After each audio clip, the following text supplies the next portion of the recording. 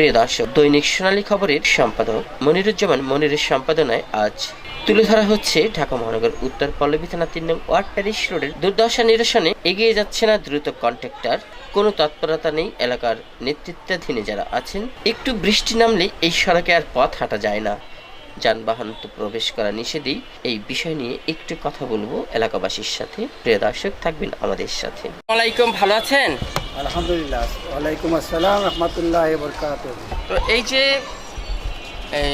আপনার বাড়ির পাশে এই রাস্তাটা একদিন কাজ হলে 10 দিন হয় না, এভাবে অনেক দিন ধরে ঢিলে ঢালাভাবে কাজ করে আগাচ্ছে, কাজ আগাচ্ছে না। কিন্তু আপনারা এলাকাবাসী উপলক্ষে কিছু, আপনার এলাকাবাসী যে আপনাদের তো একটা ঐক্যতা আছে, কন্ট্রাক্টরকে ডেকে বা এলাকায় যারা নেতৃত্ব দেয় তাদেরকে কিছু বলেন না কেন?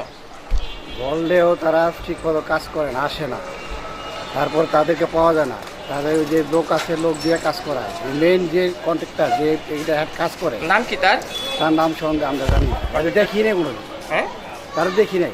আচ্ছা আচ্ছা। তো এই যে এইভাবে কাজ করলে কিভাবে হবে? এইভাবে আজকে থেকে না, মনে করেন আজকে 2-3 মাস ধরে এই পরেই আছে, এইভাবে 3-4 মাস হয়ে গেল না। এরা ঢিলা ঢালাভাবে কাজ করে, সুন্দর মতো কাজ করে না, আপনাদের কথাই শোনে না। এইটা বলি যে এইভাবে না, এইভাবে করে না, এইভাবে আর যে মন মতো করে। আর এই হিসাব যেভাবে সিঁড়িগুলো করছে, এইভাবে তো করা উচিত না। আচ্ছা, ধন্যবাদ। কারণ